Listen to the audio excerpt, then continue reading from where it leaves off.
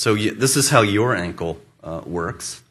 So here's mechanical power plotted vertically and percent gait cycle plotted horizontally. There's 4 curves corresponding to 4 different walking speeds. So it turns out when you walk and you go faster and faster and faster, your ankles give you out more and more energy. More energy than a spring can provide. Okay. And conventional prostheses obviously can't provide those human-like energies. Thanks. And at the knee, you also see positive power regions and negative power regions. Many of the artificial knees today are only capable of applying negative power, of only taking energy out of the amputee as they walk, kind of like a car brake. But the human knee, as you can see from this data, also thrusts, gives power, gives positive power. So because of these differences between the artificial leg and the biological leg, we believe causes the increase in energy, slow walking speed, and stability problems. So what we want to do is understand how the human body works, and then use that knowledge to motivate the design of the next generation of prostheses. So this is not a cartoon. It's actually obeying Newton's laws of motion. So you can see the ground is continually changing. This model of a human knows nothing about the ground surface, but it nonetheless can navigate these variations in ground surface without falling over. So what we've done in this model, we've put in the muscles and the tendons and the skeleton and what we believe to be the reflexes to the spinal cord. And what's emerged is this extraordinary stability. Such a neuromechanical model informs us on how to design these robotic prostheses. So in the last few years, we've been developing the world's first robotic foot-ankle system. So here, this gentleman put this robot on 30 minutes prior to this video being collected. You can see his face.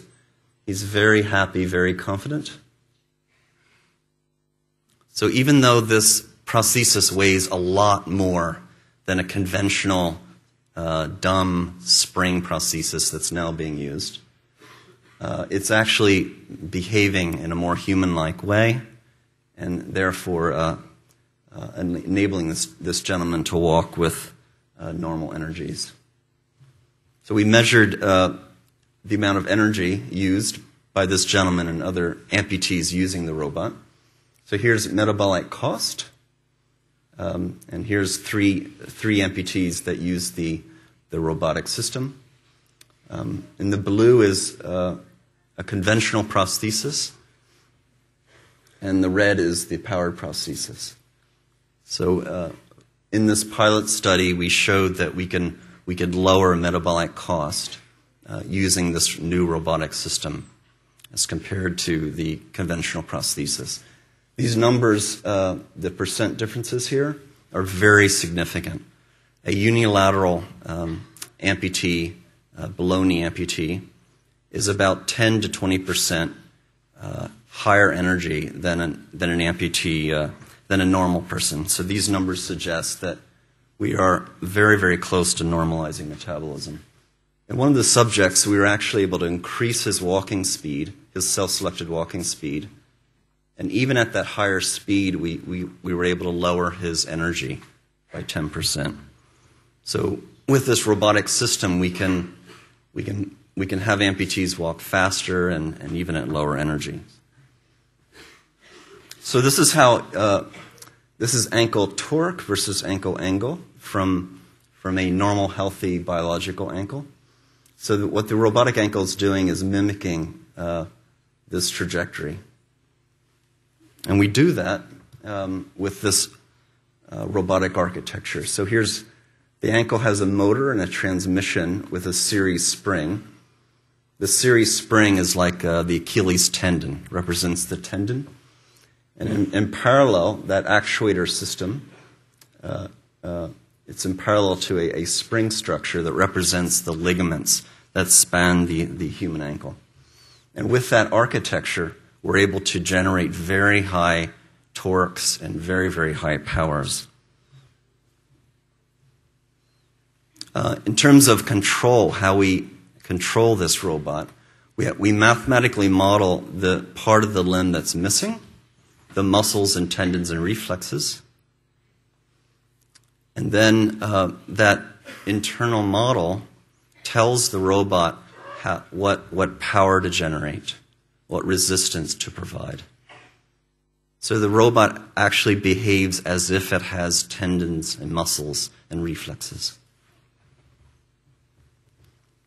So you saw in the previous video that the amputee was wearing a backpack. That backpack had the electronics and the battery.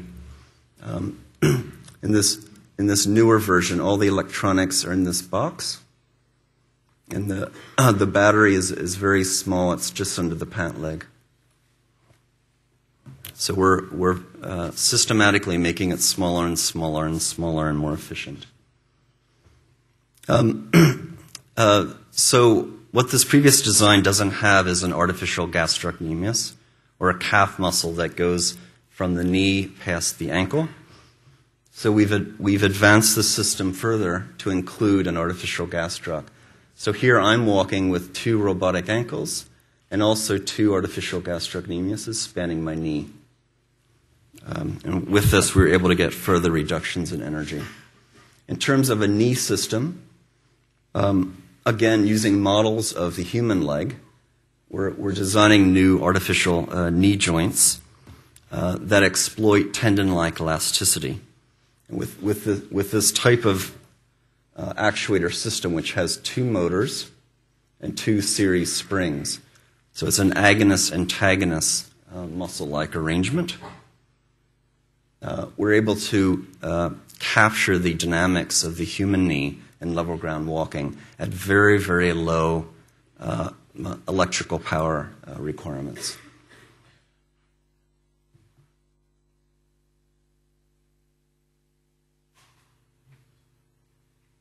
So here you see an above-knee amputee using this robotic system, and he's able to walk in a very normal way.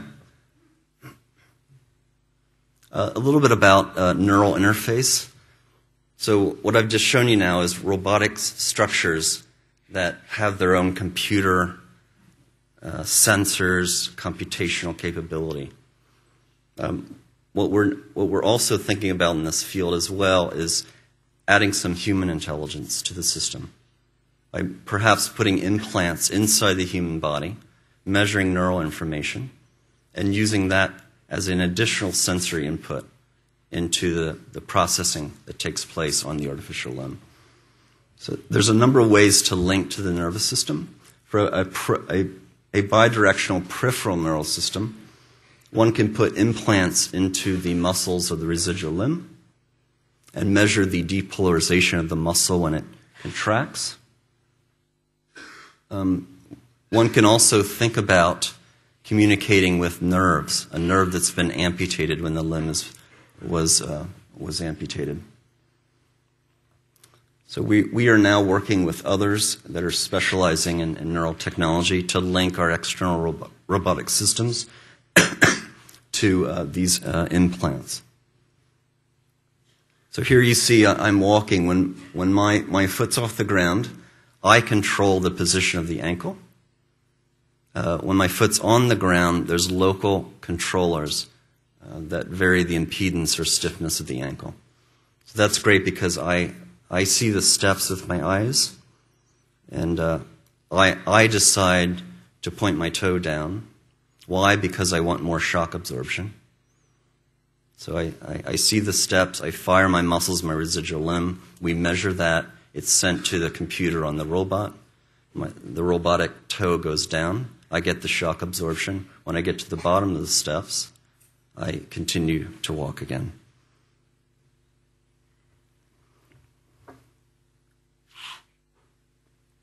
We're also teaming with others to connect to amputated nerves.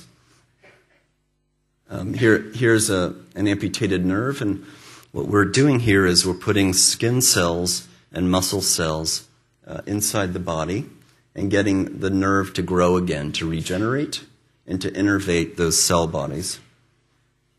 And what one can then do is put electrodes in here to sense motor intent, and one can also stimulate to reflect sensory information from the prosthesis back into the nervous system to give the amputee some sense of tactile capability. So I'll finish up here with a discussion of running, amputee running. So you hear this. You see these athletes using the cheetah prosthesis, the same prosthesis that Oscar uses. So there's been just a few studies on amputee running. One study was done recently. It's just about to be published that measures how much metabolic energy amputees use when they run using these cheetah prostheses. And so in the blue line here is runners with intact limbs. And the red line is runners using the cheetah prosthesis. So what you see here in the vertical axis is related to metabolic energy. So you see there, although the amputee energy is a little higher, they're very, very close. So from these data, we conclude that the cheetah prosthesis does not confer a metabolic advantage at moderate running speeds.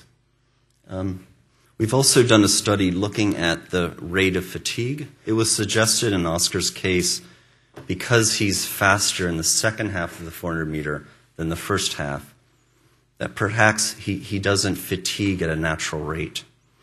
We tested this by having both Oscar and also athletes with intact limbs run on a treadmill at a fixed speed, and we measured the amount of time, the run duration, that the athlete is able to maintain that speed. So we start at a very, very high speed, the maximum speed that the athlete can run, and we measure how much time they can maintain that speed, and then we reduce the speed, measure the time duration again and again and again. So what you find when you normalize this curve, as you show here, that runners with intact limbs, they all collapse onto a single curve in this dimensionless space. And we did the same measures on Oscar, and you can see Oscar's points here in the diamond, white diamonds here. So this tells us that Oscar fatigues in a very, very normal way. He does not have a natural ability to maintain his fatigue levels over longer distance runs. So in terms of mechanics, if you compare the mechanics of an athlete using the cheetah prosthesis to an athlete with intact limbs, the mechanics are distinct. So one can rate running speed in terms of three terms: step frequency, the average force that the athlete exerts on the ground, and L sub c, which is the distance the body's center moves while the foot's in contact with the ground. So these are the three parameters that are important for running speed.